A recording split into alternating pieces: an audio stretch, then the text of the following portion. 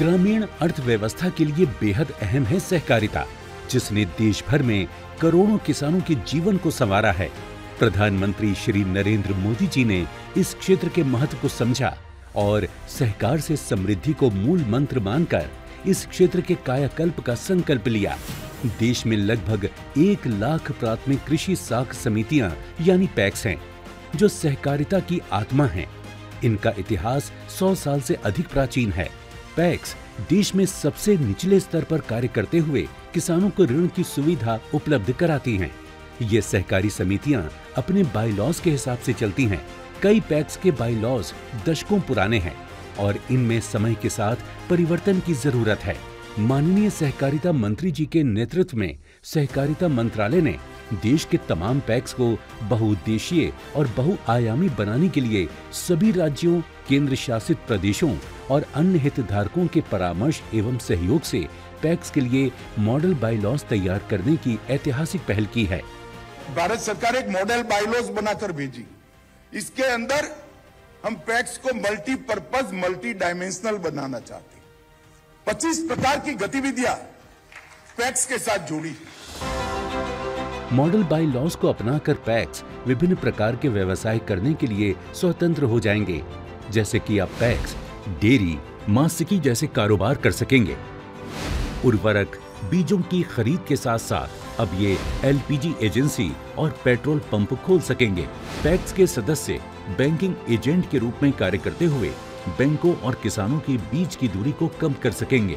इसके साथ ही पैक्स कॉमन सर्विस सेंटर खोल सकेंगे।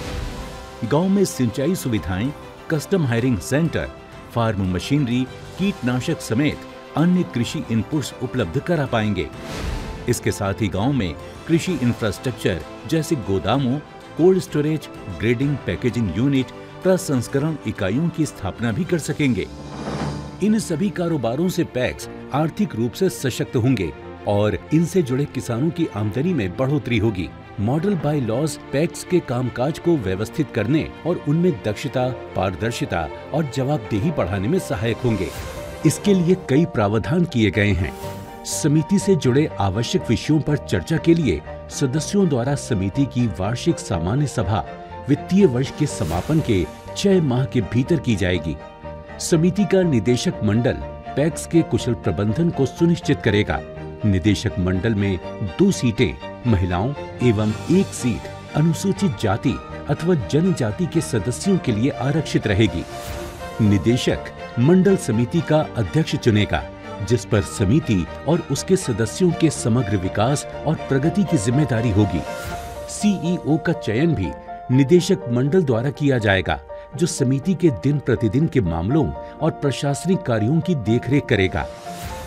प्रत्येक वित्तीय वर्ष की समाप्ति के 30 दिनों के भीतर समिति ऑडिट के लिए आवश्यक खाते का विवरण तैयार करेगी और उसे ऑडिटर के समक्ष पेश करेगी। नए बायलॉज में पैक्स के माध्यम से किसानों को सशक्त करने के लिए कई प्रावधान किए गए हैं। पैक्स किसानों को खेती के लिए कम अवधि के लोन के साथ साथ लंबी अवधि के लिए ऋण दिलाने में भी मदद करेंगे। अधिक से अधिक किसान परिवार लाभान्वित हों, इसके लिए पैक्स की सदस्यता के दायरे को भी बढ़ाया गया है। मॉडल बायलॉज में सदस्यों की चुनाव प्रक्रिया को समयबद्ध तरीके से करने और सदस्यता के नियमों में स्पष्टता बढ़ाए जाने से पारदर्शिता और जवाबदेही बढ़ी है। पैक्स कंप्यूटराइजेशन योजना के तहत सभी पैक्स का कंप्यूटरीकरण किया जा रहा है। अब तक देश में अधिकतर राज्यों और केंद्र शासित प्रदेशों ने पैक्स के लिए मॉडल बायलॉज को लागू कर दिया है और बाकी राज्यों में इन्हें लागू करने की प्रक्रिया चल रही है।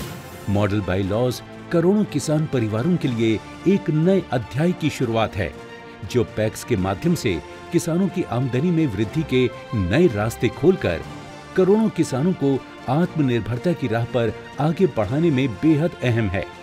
जब देश के करोड़ों किसान और हर एक गांव बनेगा आर्थिक तौर पर सशक्त, तभी तो पूरा होगा आत्मनिर्भर भारत का संकल्प।